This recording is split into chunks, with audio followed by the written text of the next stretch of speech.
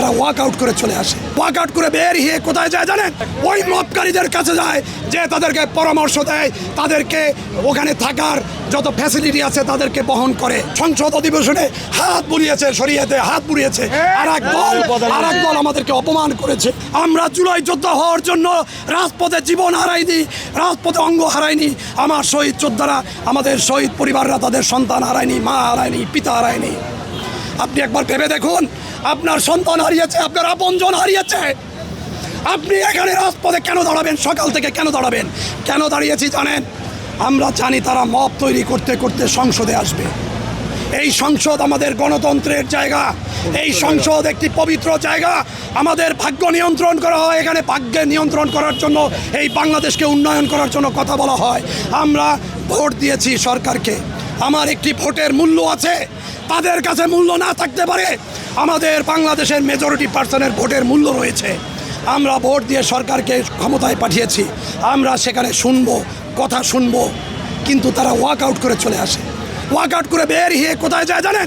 শাহবাগে যায়, ওই মবকারীদের কাছে যায়, ওই মবকারীদের কাছে যায়, যে তাদেরকে পরামর্শ দেয়, তাদেরকে ওখানে থাকার যত ফ্যাসিলিটি আছে তাদেরকে বহন করে।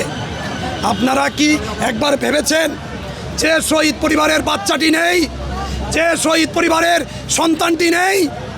আপনি দেখেন, আমরা কিছুদিন আগে মন্ত্রণালয়ে মিটিং করেছি, আমাদের প্রতিনিধি আগের মিটিংগুলোও দেখেছেন যে আমাদের সাথে বৈষম্য করা হয়েছে।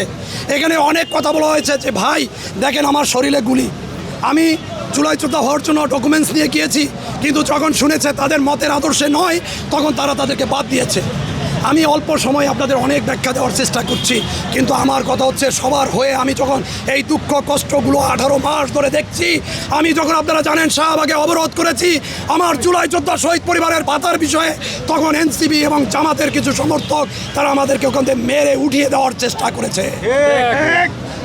আমাদেরকে উঠাতে পারেনি, কারণ আমরা বৃহত্তর স্বার্থের জন্য রাস্তার এক পাশে নীরবে নিবৃতে আমরা আমাদের গণতান্ত্রিক আন্দোলনের জন্য আমরা তাদেরকে আমাদের ভাষা জানিয়েছি।